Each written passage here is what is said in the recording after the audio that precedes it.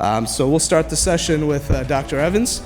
Please come up and we'll talk about the genomic landscape of prostate cancer. As I think of precision medicine goals, I think of it for the individual patients. It's use of either solid or circulating source of tumor with intense molecular interrogation to provide insight to the tumor biology and perhaps guide treatment.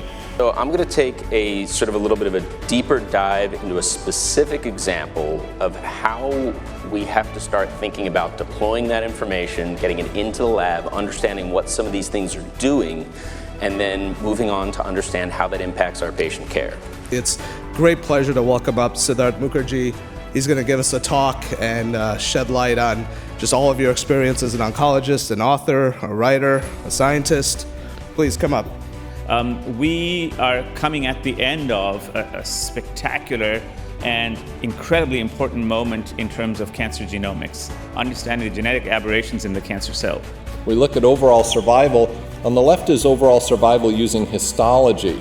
And you can see in the blue is if you have the treatment-induced neuroendocrine phenotype, and in yellow is if you don't, and the survival is much worse by histology, and the hazard ratio is 2.